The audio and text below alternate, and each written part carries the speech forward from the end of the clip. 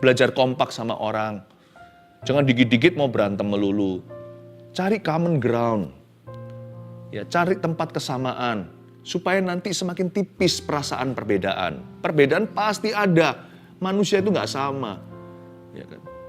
Bahkan identical twin saja atau saudara kembar siam pun tidak sama dua individu pribadi itu sekalipun banyak kesamaannya.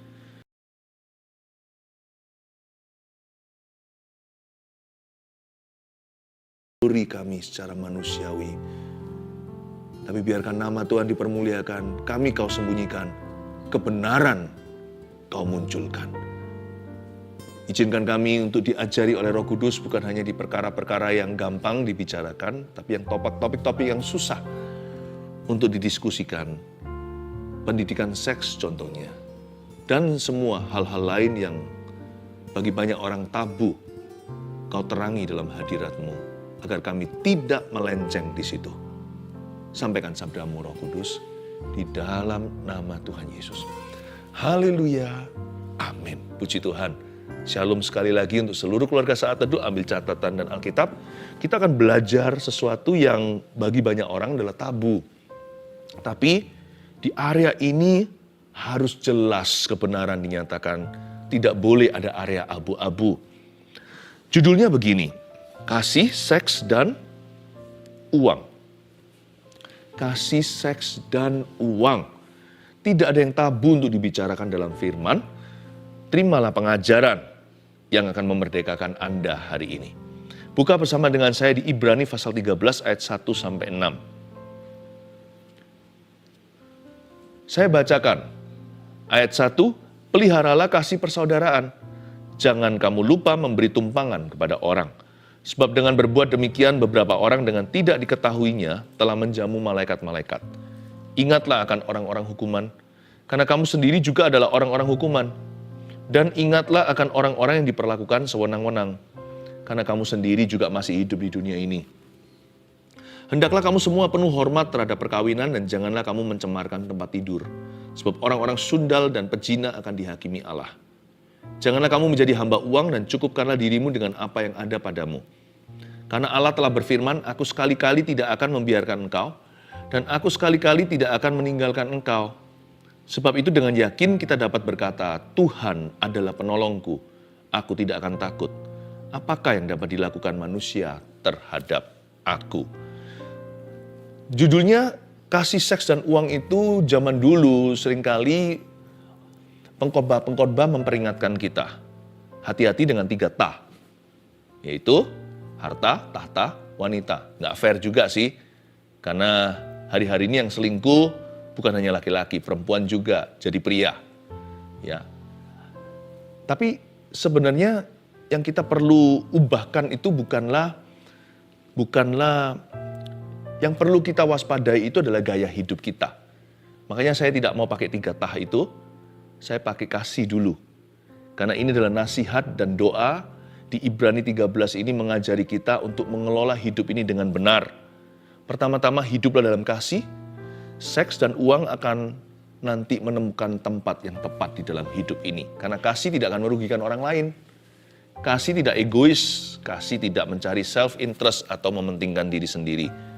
Orang yang hidup dalam kasih pasti akan dikuduskan oleh Tuhan Yesus. Peliharalah kasih persaudaraan ayat pertama. Kata kasih di situ dalam bahasa Yunani, jangan lupa ya, sebagian besar perjanjian baru itu ditulis dalam Greek atau dalam bahasa Yunani. Kata kasih di situ itu ada 4 jenis. Kita tahu yang namanya eros. Eros itu erotic love. Yang ini hanya untuk orang sudah menikah. Kalau orang masih bujangan, eros itu terjemahannya romantisme atau romantic love. Jangan seksual, cukup sampai perasaan tertarik kepada lawan jenis, rasa seperti seolah-olah ada romance di hati. Bahkan seluruh dunia merayakan cinta kasih di bulan Februari, tapi sebenarnya malahan kebanyakan orang-orang dunia bukan merayakan kasih atau cinta, tapi hawa nafsu berahi. Kasih di sini eros. Eros yang nomor 1 artinya dalam bahasa Yunani. Eros itu tidak boleh dikasih ke orang lain kecuali suami kepada istri dan sebaliknya juga. Biarkan pernikahan kita itu menjadi seperti kebun yang tertutup. Janganlah air kita itu meluap-luap sampai pinggir jalan. Jangan kasih eros kepada orang lain kecuali pasangan yang dengannya kita sah menikah. Tanpa berkat Tuhan, jangan otak-atik departemen ini. Eros tidak untuk orang pacaran. Romance oke, tapi jangan sampai jatuh ke dalam dosa badani atau perzinahan. Tapi peliharalah kasih persaudaraan di sini bukan pakai kata eros. Kata kedua dalam bahasa Yunani itu storge. Storge itu artinya family love atau cinta kasih dalam keluarga. Kasih sayang orang tua sama anak dan sebaliknya. Peliharalah kasih persaudaraan itu bukan bicara tentang storge, itu yang lainnya. Tapi saya jelaskan dulu kasih dalam rumah itu begini. Apapun bahasa kasih anak Anda, kasih waktu sama mereka. Apapun bahasa kasih Anda, komitmen sama family. Storge itu mengajarkan kita bahwa family is important. Keluarga itu penting sekali. Karena itu jangan pernah kita itu mau sukses kerja tapi abaikan keluarga sendiri. Jangan sampai kehilangan waktu kualitas dengan family. Sekalipun demi ministry loh ya, demi pelayanan misalkan. Ada orang-orang yang mengabaikan keluarganya, tak terkecuali adalah pendeta. Makanya anak-anak pendeta cenderung nakal-nakal jikalau papa mamanya tidak bijaksana mengimbangi antara pelayanan dan keluarga. Hati-hati ya. Storge ini juga jenis kasih. Tapi juga yang kita kenal, yang sangat kita kenal adalah agape atau kasih tanpa syarat. Biasanya kasih ini yang asosiasinya dengan kasih Allah. Kasih yang tanpa pamrih, kasih yang dari sisi pemberi. Ya, bukan dari sisi penerimanya. Aku mengasihimu bukan karena aku butuh sesuatu, aku mengasihimu karena aku mau mengasihimu. Apapun reaksi Anda, baik berterima kasih atau melupakan kasih yang kutunjukkan, nggak apa-apa, aku tetap cinta padamu. Agape love. Ayat 1 peliharalah kasih persaudaraan di sini bukan ketiga-tiganya. Bukan eros, bukan storge, bukan agape. Lalu yang mana? Ini philia. Yang artinya kasih persaudaraan atau friendship love. Ternyata bagi Tuhan, yang penting itu bukan hanya agape love atau kasih yang ilahi. Tuhan juga sangat memandang tinggi, makanya jadi firman Tuhan di Ibrani. Tuhan juga sangat-sangat value, sangat-sangat menghargai kasih persaudaraan di antara kita. Makanya itu kita itu harus setia kawan. Jangan merugikan teman sendiri. Jangan ambil istri orang lain. Jangan ambil suami orang lain, apalagi kalau itu adalah sahabatnya sendiri, jangan khianati. Jangan larikan uang orang lain, apalagi kalau kita itu ditolong sama mereka, kok larikan uang mereka? Ternyata philia sekalipun inferior, tidak sehebat kasih agape, tetap jadi firman. Peliharalah kasih persaudaraan. Belajar kompak sama orang. Jangan dikit-dikit mau berantem melulu. Cari common ground. Ya, cari tempat kesamaan. Supaya nanti semakin tipis perasaan perbedaan. Perbedaan pasti ada. Manusia itu nggak sama. Ya kan? Bahkan identical twin saja atau saudara kembar siam pun tidak sama dua individu pribadi itu sekalipun banyak kesamaannya. Kasih persaudaraan ajari kita untuk belajar cari kekompakan, untuk membangun kekompakan dengan orang-orang yang Tuhan taruh dalam hidup kita. Peliharalah kasih persaudaraan. Tapi kasih persaudaraan di sini juga berarti tulus hati. Kalau sama orang itu yang tulus, jangan ada niat untuk merugikan, jangan ada pikiran jahat. Apalagi kalau kita memanggil orang itu adalah saudara kita, apalagi kalau orang itu menganggap kita adalah saudaranya. Nggak tentu saudara itu saudara kandung. Ada teman yang lebih erat daripada saudara, namanya sahabat. Apalagi kalau orang itu menganggap kita itu sahabatnya. Jangan khianati dia. Sama orang yang nggak kenal aja kita nggak boleh berbuat sesuatu yang jahat. Apalagi sama sahabat. Peliharalah kasih persaudaraan. Kasih itu penting sekali. Kalau ada kasih ya, buyar semua dosa. Karena orang yang punya kasih nggak akan mencuri dari orang yang dia kasih. Kalau kita belajar mengasihi sesama kita, dosa mencuri tidak ada. Kita tidak akan korupsi bahan sesuatu. Misalkan seseorang membuat jalan umum. Kalau kita korupsi, suatu saat siapa tahu ibu kita sendiri naik mobil di situ, ground jalan, lalu tabrakan. Tapi kita nggak mungkin mikirkan ibu kita. Saya nggak peduli, itu orang-orang kan saya nggak kenal. Pokoknya saya dapat keuntungan. Saya nggak peduli nanti jalan itu rusak, orang tabrakan di situ, terjadi kecelakaan. Tapi kalau semua orang adalah family dan kita mengenalnya, seperti Allah kenal setiap manusia. Kalau orang itu sekalipun bukan dari satu kandungan dengan ibuku dan saya nggak ada hubungan darah sama saya, tapi kalau kita belajar mengaplikasikan kasih Yesus, kasih Bapa kepada dunia, kita tidak akan merugikan orang lain sekalipun orang itu bukan siapa-siapa. Karena bagi Anda bukan siapa-siapa. Orang itu siapa-siapanya Tuhan loh. Yesus mati untuk dia. Sekalipun orang itu masih seorang pendosa yang belum mau terima Tuhan, hidupnya masih gak keruan, tapi Yesus sudah terlanjur mati untuk mereka. Kalau kita menghargai darah Yesus, kita akan menghargai sesama manusia, sekalipun kita tidak mengenal mereka atau mereka mengenal kita. Di mana ada kasih, gak akan ada korupsi, gak akan ada perzinahan. Kita tidak akan menghancurkan rumah tangga orang kalau kita cinta sama mereka. Makanya kasih itu segala sesuatu. Makanya kasih itu yang paling besar. Selain itu, kasih nggak pernah gagal. Orang yang minta kasih Yesus memenuhi dirinya dan dia hidup sesuai dengan standar kasih itu, lebih gampang menang terhadap godaan dosa dan pencobaan dunia. Karena orang itu akan punya cara pandang yang berbeda. Keluarga Saat Teduh yang saya kasihi, sekalipun saya tidak pernah berjumpa dengan sebagian besar Anda, tapi dalam doa saya bisa merasakan Anda. Dan Yesus taruh kasih dalam hati kami untuk dirimu. Karena ada kasih itu, ingin melihat orang lain dibangun, sangat mudah untuk komitmen setiap minggu. Kalau Anda mengasihi orang-orang di tempat kerja Anda tidak akan mengeluh dapat job itu. Pekerjaan jadi nggak rasa berat, tapi menjadi sukacita. Kasih itu angkat segala macam stres. Makanya orang yang hidup dalam kasih, awet muda, gak penyakitan. Orang yang hidup di dalam kasih, segala sesuatu terasa sebagai berkat. Meskipun kadang-kadang tetap berat. Saya mau dorong Anda untuk, kita semua untuk menghayati ayat 1. Peliharalah kasih persaudaraan. Kata peliharalah itu powerful sekali. Pelihara itu artinya dengan sengaja aplikasikan. Dan kalau itu mau tercuri, pertahankan. Jadi pelihara itu by design, purposely. Tidak kebetulan, bahkan tidak terkesan alami. Melainkan harus lawan arus seringkali. Peliharalah kasih persaudaraan. Kasih itu harus dilestarikan. Mari kita baca ayat berikutnya. Masuk ke area berikut-berikutnya adalah aplikasi kasih tersebut. Kalau Philea sudah, kita akan memasuki di ayat 2 dan 3 itu agape, lebih ambil alih. Jangan kamu lupa memberi tumpangan kepada orang. Sebab dengan berbuat demikian, beberapa orang dengan tidak diketahuinya telah menjamu malaikat-malaikat. Jangan kamu lupa memberi tumpangan. Kata tumpangan di sini itu hospitality. Dan kata hospitality dalam bahasa Yunani itu artinya love for strangers. Luar biasa. Ini bukan Philea, ini sudah masuk ke departemen agape. Atau kasih tanpa pamrih, tanpa syarat, nggak peduli sebelah situ meresponi atau tidak. Jangan kamu lupa memberi tumpangan.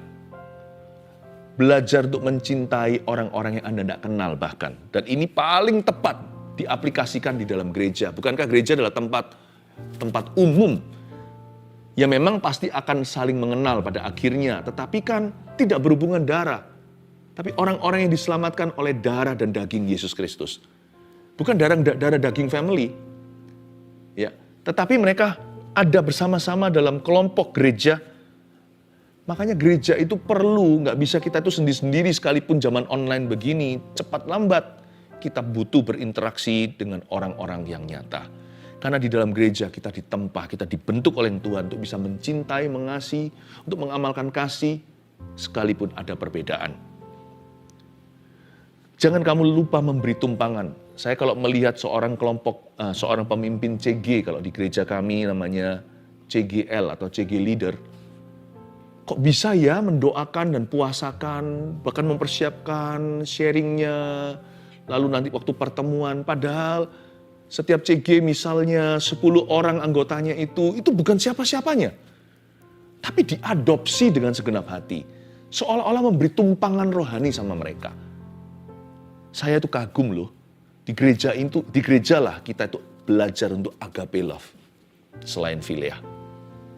Kita belajar untuk menyebut seseorang yang sama sekali waktu dulu zaman masa kecil kita itu kita nggak kenal mereka. Kalau kita baru kenal Tuhan waktu kita dewasa. Mungkin bukan teman sekolah minggu. Dulu dia perfect strangers atau orang yang sama sekali asing bagi aku dan keluargaku. Tapi sekarang bisa begitu erat seperti keluarga, yakni saudara seiman. Itu yang disebut tumpangan. Tumpangan itu nggak tentu naik ke mobilnya atau tinggal di rumahnya. Meskipun itu juga ya. Tetapi cara kita memberikan tumpangan kepada orang yang tidak kita kenal, apalagi harus hati-hati. Jangan lupa memberi tumpangan bukan berarti kita jadi orang yang bodoh dan sembarangan. Jangan ceroboh. Pada waktu di gereja mula-mula ditemukan ada sebuah catatan. Catatan itu disebut ministry manual atau manual pelayanan. Kurang lebih tahun 90 setelah Masehi, sesudah Masehi. Itu tahun 90 ya. Ada beberapa klosal-klosalnya, term-termnya, bunyinya salah satunya begini. Dan waktu itu gereja mula-mula mau melindungi orang-orang Kristen yang murah hati, supaya mereka jangan dimanipulasi, supaya jangan sampai mereka memberi tumpangan kepada bandit nanti. Jadi begini caranya, kalau ada satu orang hamba Tuhan tinggal di rumahmu, lebih dari 1 hari, dia adalah rasul yang palsu. Itu bunyinya manual pelayanan yang ditemukan tahun 90. Maksudnya begini, karena zaman dulu banyak traveling evangelis itu tidak bisa tinggal di hotel. Karena zaman dulu perhotelan belum ada. Yang ada hanyalah perhotelan yang campur prostitusi. Jadi hamba-hamba Tuhan yang keliling waktu itu harus tinggal di rumah jemaat. Dan di rumah jemaat itu biasanya mereka nggak perlu tinggal lama-lama, mereka berkhotbah, setelah itu mereka cabut pulang. Nggak ada yang lama-lama setahun di situ aji mumbung. Bahkan diberitahukan kalau lebih dari 1 hari mereka terus tinggal di sana, nggak ada purpose ministry. Itu bukan rasul asli. Dan kalau mereka sebelum pergi bukan bawa roti tapi minta money, itu nabi palsu, kata manual itu. Bagus ya. Nggak mungkin kalau mereka paling ngambil roti, jangan berangus lembu ketika dia membajak, seorang pekerja patut mendapat upahnya, tapi kalau dia minta-minta, apalagi pakai bahasa rohani, itu namanya manipulator. Dia itu bukan hamba Tuhan sungguhan. Itulah sebabnya di CG-CG di gereja kita dilarang keras untuk saling pinjam-meminjam uang. Itu tempat penggembalaan kerohanian supaya tidak menjadi ajang aji mumpung bagi orang-orang yang kurang bertanggung jawab. Ditekankan dengan sangat kuat supaya sehat. Demikian pula kita jangan biasakan diri dengan meminta jasa orang. Sebab orang-orang yang benar di mata Tuhan, anak cucunya nggak akan minta roti. Saya mending lapar daripada mempermalukan Tuhan. Dan Tuhan tidak akan pernah mempermalukan dirinya. Kalau kita percaya, Tuhan pasti pelihara. Gagak-gagaknya masih ada. Siapa bilang Tuhan hanya punya burung merpati? Gagak hitam pun Tuhan pakai untuk memberi makan Elia. Tuhan itu nggak kehabisan akal. Tuhan itu punya jalan. Asal Anda setia, Anda jaga kekudusan. Masa Tuhan itu akan biarkan umatnya yang kudus itu kelaparan? Tidak akan. Tapi church manual waktu itu, ministry manual yang ada itu sangat menjaga hubungan di antara jemaat. Karena jemaat mula-mula, demikian punya pula banyak orang Kristen hari-hari ini, sangat murah hati. Adalah orang-orang yang tidak lupa memberi tumpangan. Atau orang-orang yang menunjukkan kasih sayang kepada orang-orang yang bahkan bukan siapa-siapa bagi mereka. Tapi jangan sampai kita dibodohi juga. Ayat yang ketiga, ingatlah akan orang-orang hukuman, karena kamu sendiri juga adalah orang-orang hukuman. Disuruh ingat orang-orang yang dipenjara atau dalam masalah. Dan ingatlah akan orang-orang yang diperlakukan sewenang-wenang, karena kamu sendiri juga masih hidup di dunia ini. Kalau menghormati itu ke atas, melayani itu ke bawah, jangan lupa. Jangan sampai kita itu bingung soal ini. Kalau respect, hormat itu kepada orang yang kita look up. Tapi kalau pelayanan itu ke bawah. Kalau kita melayani ke atas, itu bisa saja karena kita ketakutan atau kita mengharapkan sesuatu. Tapi kalau kita yang disebut pelayanan murni itu adalah mengunjungi yatim piatu dan memperhatikan janda-janda dalam kesusahan. Maksudnya kita itu yang disebut pelayanan di mata Tuhan adalah kalau kita berbuat kebaikan pada orang yang gak bisa balas kita. Karena itu kamu harus ingat sama orang hukuman. Kamu ingat sama orang-orang yang diperlakukan sewenang-wenang. Tidak semua orang dalam penjara, tapi ada orang-orang tertentu yang seperti sudah dipenjarakan. Mereka yang hari-hari ini diabaikan, sudah dilupakan. Orang-orang dalam masalah yang tidak ada orang satu pun peduli untuk perhatikan. Kalau kita mau betul-betul terlibat pelayanan, bukan panggung targetnya. atau mimbar. Mimbar panggung itu harus hati-hati dijalankan. Hanya orang yang punya karunia tertentu di situ dan tidak segampang itu. Harus sengaja bersembunyi di balik salib Kristus. Itu bukan tempat untuk gagah-gagahan atau pembuktian diri atau dapat pujian atau supaya memperoleh benefit-benefit dari jemaat. Bukan. Itu juga pelayanan, tapi pelayanan yang ada di mata manusia, di depan orang, pelayanan publik itu harus hati-hati. Itu maupun ini semua pelayanan kalau motivasi kita bersih. Yang disebut pelayanan itu inilah definisinya. Melayani itu ke bawah kepada orang yang tidak bisa balas kita. Kalau kita itu melayani seseorang yang bisa bayar kita, itu akhirnya bukan pelayanan, itu namanya pekerjaan dan kita dapat gaji atau upah. Atau kita dapat imbalan. Kalau bisa dapat imbalan, itu bukan pelayanan. Karena ministry itu pengorbanan. Makanya Tuhan lewat penulis kitab Ibrani ini mencatatnya di ayat 3. Please ingat orang-orang yang sedang terhukum di hidup ini. Orang-orang hukuman dan mereka yang diperlakukan sewenang-wenang. Jangan lupa loh, dulu kamu juga pernah, seolah-olah firman ini berkata begini, dulu kita juga pernah di posisi mereka. Atau siapa tahu suatu hari kita di posisi itu. Roda masih berputar dalam hidup ini. Jangan lupa ya, pelayanan yang sejati itu downward, ke bawah, and to the downtrodden, kepada orang-orang yang hari ini dilupakan. Ayat 4, hendaklah kamu semua penuh hormat terhadap perkawinan. Dan jangan kamu mencemarkan tempat tidur, sebab orang sundal dan pezina akan dihakimi Allah. Kamu semua harus penuh hormat terhadap perkawinan. Gimana caranya? Di zaman edan ini, pernikahan tidak dihormati. Pernikahan adalah idenya Allah, bukan ide Adam dan Hawa. Perkawinan itu adalah institusi ilahi. Bagaimana sih caranya di zaman sekarang ini, zaman murtad demikian rupa, pernikahan yang sakral di mata Allah itu dinodai sembarangan atau direndahkan martabatnya? Gampang. Pernikahan itu ternoda oleh karena orang-orang yang melakukan dosa seks sebelum married. Dan dosa seks di luar marriage atau di luar pernikahan. Dosa sebelum nikah dan dosa di luar pernikahannya. Yang satu dijalankan oleh bujangan, yang satu dijalankan oleh orang yang sudah married, alias perselingkuhan. Kalau belum kawin kan belum namanya selingkuh, namanya percabulan. Lewat dua dosa ini, sex before marriage and sex outside marriage, pernikahan dinodai. Tujuan utama seks bahkan bukan prokreasi, sekalipun bisa punya anak gara-gara itu. Kalau kita ngawur soal itu, bisa hamil di luar nikah. Dan juga kenikmatan di antara pasangan yang sudah dinikahkan. Tapi bukan itu tujuan utamanya. Tujuan utamanya itu sakral dan rohani. Do you know that sex is spiritual? Seks itu rohani.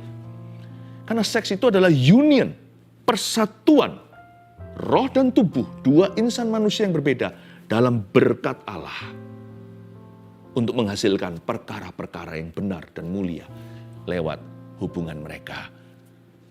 Oh, luar biasa. Itulah sebabnya Alkitab mengatakan orang-orang sundal dan pezina akan dihakimi Allah. Kok bisa ya? Saya nggak bisa jadikan itu teori. Ini juga bukan doktrin. Tapi sebagai hamba Tuhan, seperti seorang dokter lihat orang sakit, seorang hamba Tuhan seringkali melihat sendiri pendosa-pendosa. Loh, kita juga sama pendosa-pendosa, tapi kita nggak lagi hidup di dalam dosa-dosa itu. Karena aku telah mati dan tinggalkan cara hidupku yang lama. Saya melihat dan saya menemukan patron-patron yang saya nggak bisa jelaskan. Seperti ada patronnya itu semua. Yaitu misalkan, kalau orang itu sudah berhubungan sebelum nikah, lalu habis itu seolah-olah nggak terjadi apa-apa, mau colong berkat Tuhan, pendeta pun ketipu di altarnya. Tahu nggak apa yang terjadi? Saya melihat hidup mereka tuh susah terus. Bisa kaya, tapi susah payah mengikutinya. Ada susah gitu terus, seolah-olah seperti dikepung oleh sorga. Tanah menjadi tanah besi, langit menjadi langit tembaga. Sekali lagi, bisa kaya, tapi susah payah itu mengikutinya. Paling-paling bisa kaya cash, tapi nggak ada berkat Allah. Jangan lupa loh, materi tidak sama dengan blessing. Blessing nggak harus materi. Seolah-olah punya segala sesuatu, nggak bisa tidur pules dia. Karena hatinya dicekam ketakutan. Atau bisa jadi sebaliknya, kerja apapun nggak berhasil. Garuk kepala semua orang dimintai doakan aku ya. Sudah menikah belasan tahun. Tapi nggak pernah beresin dosa itu. Karena pernah nyolong dari Tuhan. Di altarnya lagi mencuri. Wah, ini bahaya. Akhirnya kan sulit hidupnya.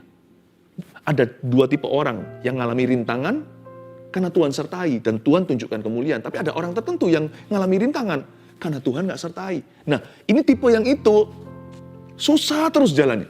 Atau seorang laki-laki, kalau dia adalah seorang playboy, dia seorang player, dia seorang yang tidak pernah benar secara seksualita, bahkan sudah menikah pun nggak keruan.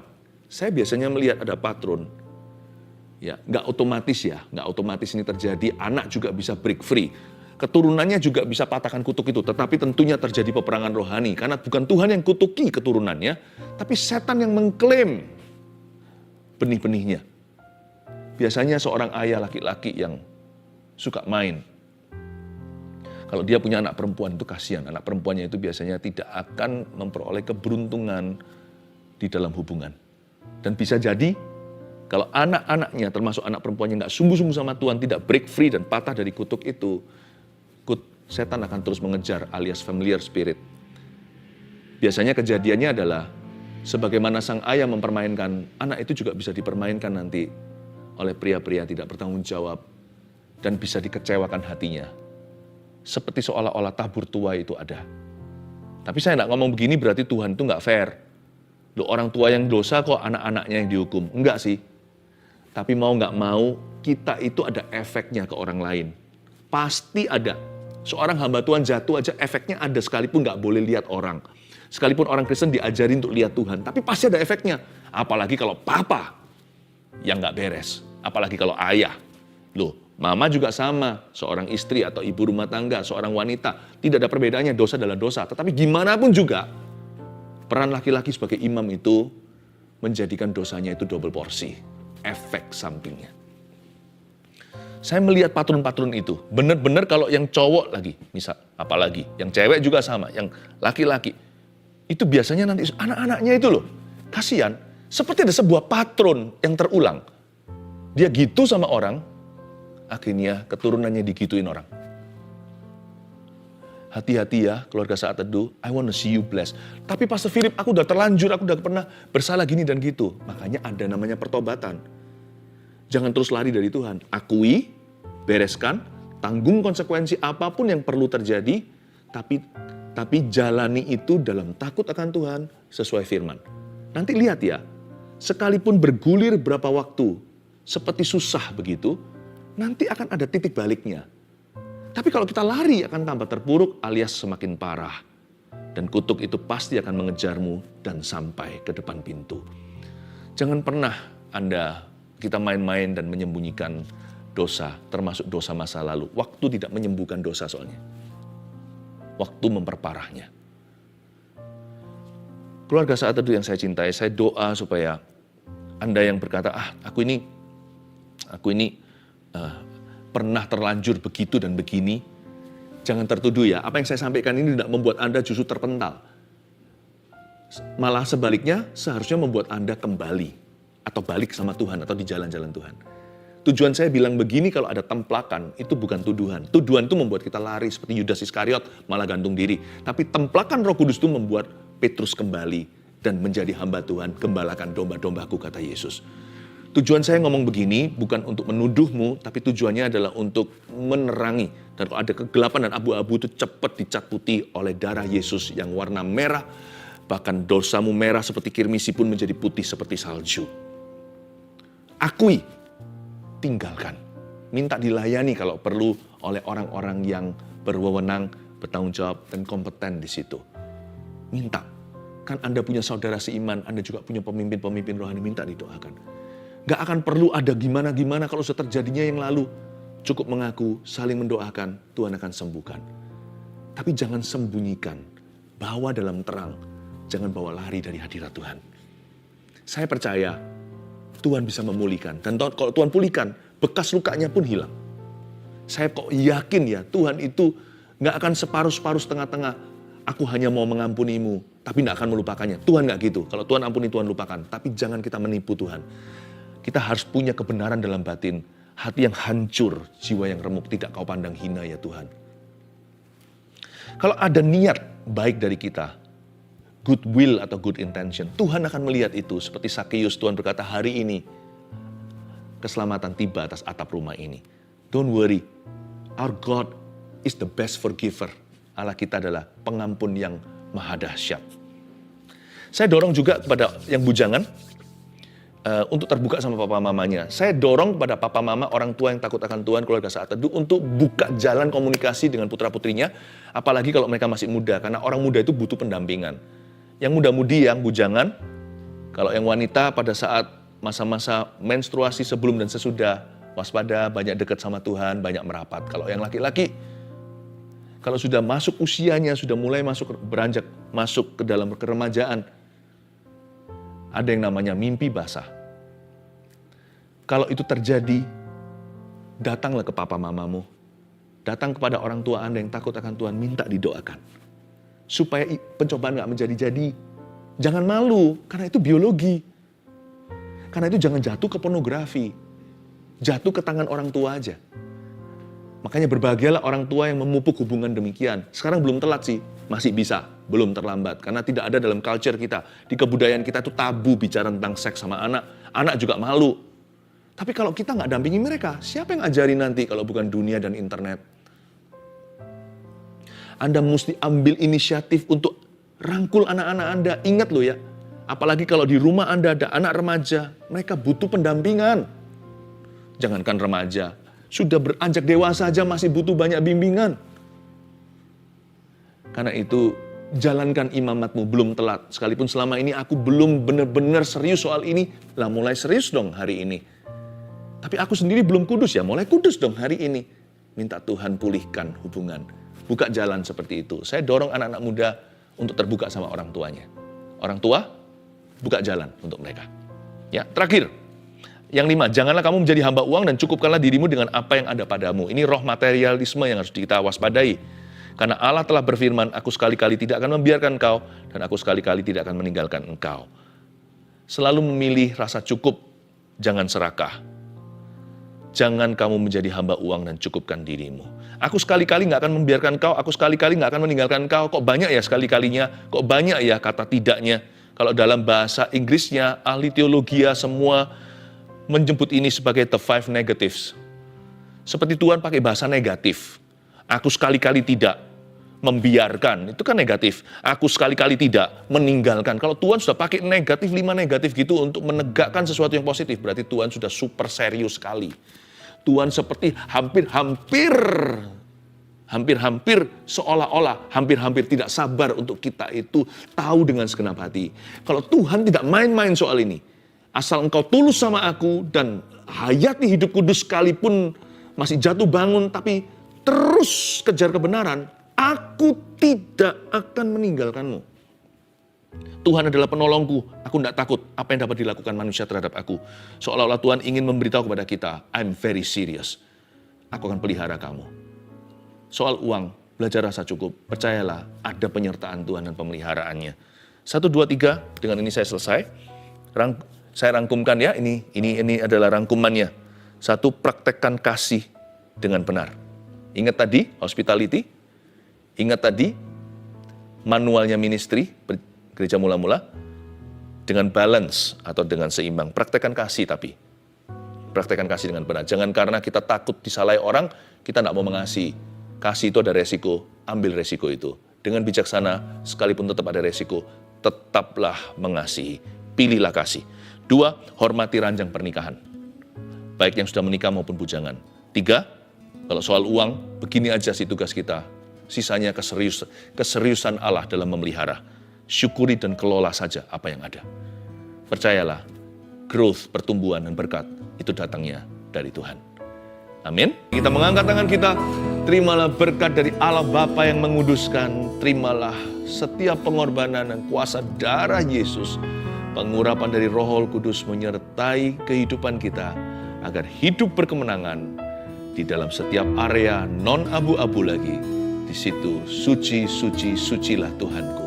Dalam nama Yesus, jadi lebih dari pemenang. Yang percaya sama-sama katakan, amin.